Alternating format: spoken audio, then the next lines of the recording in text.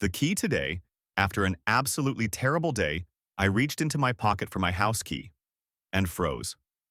It wasn't there. Instead, my fingers closed around a strange key I didn't recognize, tagged with a small metal plate. Unit 22. I used the spare under the doormat to get inside. Once home, I tried the mystery key on everything. Safe, doors, cabinets, car ignition. Nothing fit. It clearly wasn't mine.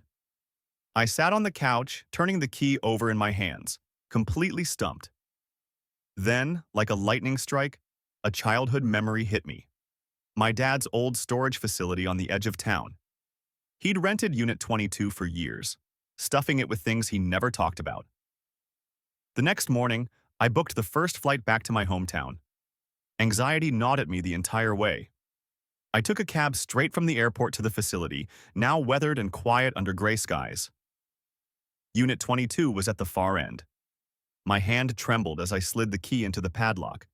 It turned smoothly. I rolled up the door. Inside, the overhead light was still on, casting a warm glow. The space was mostly empty except for a single plastic bin in the center. On top sat a folded note in my father's handwriting.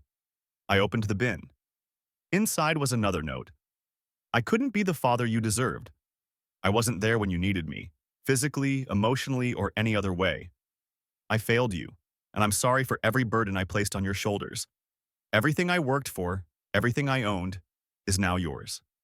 The collections, the savings, the legacy, it's all in that box.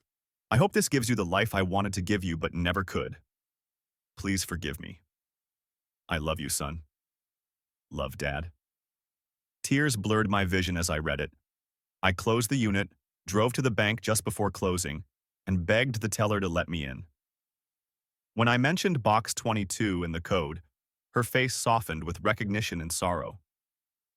She led me to the vault without a word. The door swung open. Inside was everything my father had built. Cash, investments, rare collectibles, property deeds.